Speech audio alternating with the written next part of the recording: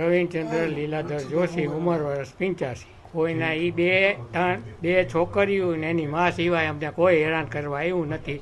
પણ બીવરાણી એવી બતાડે છે કે અમારે સર્કલ આજુબાજુ આવું છે ને તેવું છે, ગમે એમ છે ને ત્રાસ આપે છે. મારું કહેવાનું. કેવા ત્રાસ આપે છે? બસ આ આવીને મારી બાજુમાં ગોઠવાઈ જાય તો હું કહું ને મારી જગનની બાજુમાં, તું આ વહી જા એટલે તારી મમ્મી બે એટલે અમારી ઘરવાળી તો જેમ તેમ બોલવા માંડે, આગી જાય નહીં. એમની ત્યાં હિંચકા ફાસ નાખે, મારાથી સહન થાય નહીં. હું શાંતિ હાટું હિંચકે બેહવા જાઉં. સમજી બધું કરવાનું કારણ શું?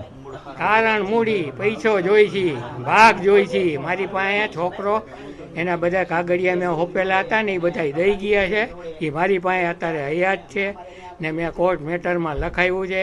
હું બધું કોર્ટમાં રજૂ કરીશ. કેટલા વખતથી આ પ્રકારની હેરાન કરે છે? કેટલા વખતથી હેરાન કરે છે? ઓલી મારો છોકરો ગુજરી ગયો એ વખતથી. કઈ રીતે ગુજરી ગયા? તમારા કેન્સરમાં.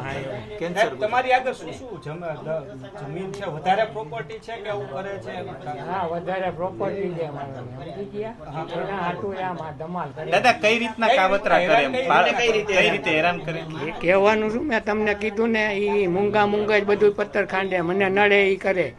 હું ઊભો થવા જાવ કે મને ગરમ કરે એટલે એને ખબર છે આનું બેલેન્સ રહેતું નથી, એટલે થાય જાય ને મને ટોર્ચરિંગ કરે છે. બીજું કાંઈ નથી. પાણી નાખે કઈક તેલ નાખે પાડવા, કઈ રીતે શું કરે? એ પાણી ઢોળ્યું હોય કાંઈક ઓલું હોય. મારી મમ્મી એની મમ્મી હોય ને એને પાણી ને એને નાખે, કેમ કે એને પગની તકલીફ. મારે એટલે હું ઊભો થતો નથી. એને ખબર છે આ ગળીઓ બંધ કરવા ઊભા નથી થઈ શકતા. આ બધી એને માહિતી જ છે. સમજી ગયા? હું કહું ને કે ભાઈ મારી ગાડી લઈને હું બેહવા જાઉં, મારી ટેવ છે. હું એમને તો ઓલી છોકરી બેઠી હોય કે એની મા બેઠી હોય તો કહું ને આગળ જાઉં તો કે શું નહીં જાઉં લે. તમને માંગણી શું કરવામાં આવે? તમને શું માંગણી કરવામાં આવે? અમારી મિલકત આપી દ્યો. કેટલી મિલકત છે એમની? એની મારી પાસે ન હોય. આધાર પુરાવા છે હું કોર્ટમાં આપી દીધેલા છે, એટલે મારી પાસે કાંઈ છે. તમારા નામની મિલકત છે? હા, મારા નામની છે.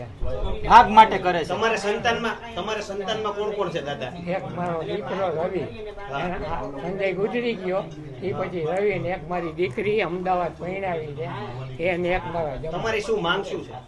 ન્યાય માટે એવું છે, મને અહીંયા મારી મિલકતમાંથી ઉપરથી ખાલી કરીને પછી કોર્ટમાં જે મેટર કર્યું હોય કરી.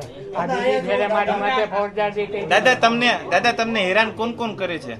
એ બે માં દીકરીઓ, બીજું કઈ નહીં. લાગે છે દાદા? હા, અહીંયા બીક લાગે એટલે જ મેં ઉપર રજૂઆત કરી, અહીંથી ખાલી કરાવો. પોલીસ કેસ કર્યો હતો ને મારી માટે પેલા એને. અમે કોઈ દી પોલીસમાં ગયા નથી, મારી ખાનદાની માં કોઈ નથી. એને બદલે કલેક્ટરને પ્રોટેક્શન માટે.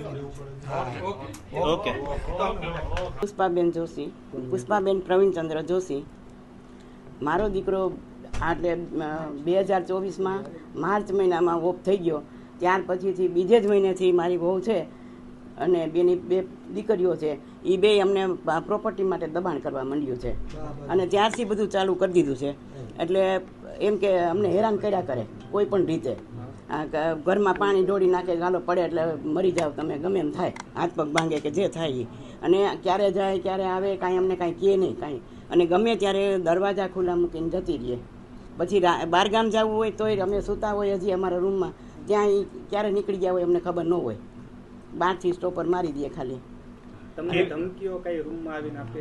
એ રૂમમાં એટલે આ બસ આમ જ એમ પ્રોપર્ટી માટે અમને અમારું આપી દો ઝટ, બીજું કાંઈ નહીં. અમને એના માટે દબાણ કર્યા જ કરે છે.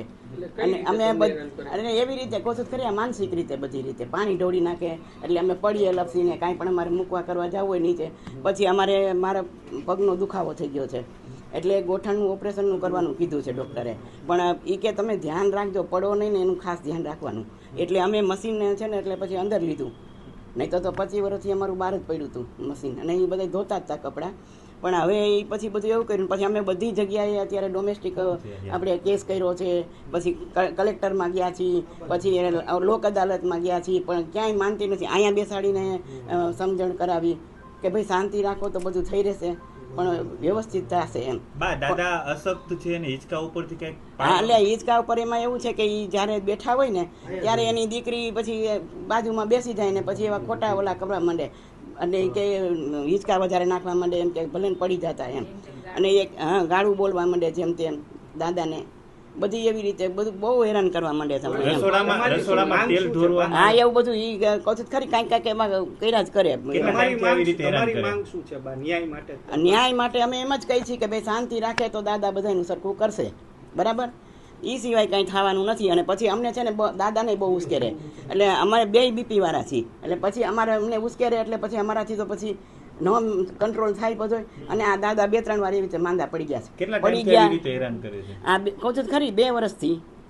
બીજી જ હા બધું અમે કરી લીધું. એક પ્રોપર્ટી કેટલી માંગે છે કઈ કઈ છે કે ઈ એને ઈ આ હોય એમાંથી જે હોય એમાંથી ભાગ ગયો એમ જે હોય તે. હવે એ દાદા જીવે છે એને કરવું છે એમ કરશે દાદા, બાકી તો કઈ જડ દઈને કઈ થાય નહીં એમ. તમે હા, તાત્કાલિક એનાથી તમને કેવી બીક લાગે છે બંને હા માણસ? બસ એમ બીક લાગે કે અમને ભાઈ આમાં કંઈક થઈ જશે તો હવે આમને આખો દી બીકમાં અમે જીવી છીએ.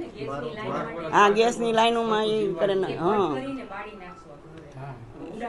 શું કરે ગેસની લાઈનમાં? ગેસની લાઈને બંધ કરી છે અમે, કારણ કે પાડોશમાં છે ને એ આ બધું રસોઈયું આન તેન કરી જતા હતા, એટલે પછી અમે બંધ કરી દીધી. તો કે અમે ઓલું ઉડાડી દેશું ને આમ કરશું ને એવું કંઈક કરે, એટલે પછી એ બધું કરી જાય. અને પછી આ બીજું શું આવે મને પાછું ભૂલી જાઉં આજે, હવે યાદ શક્તિ નથી મારે ભાઈ. બા કેટલા દીકરા દીકરી છે તમારે? મારે 2 દીકરા ને 1 દીકરી છે. એટલે હજુ એક દીકરો છે? હા ઓકે. હા હવે એ અમારી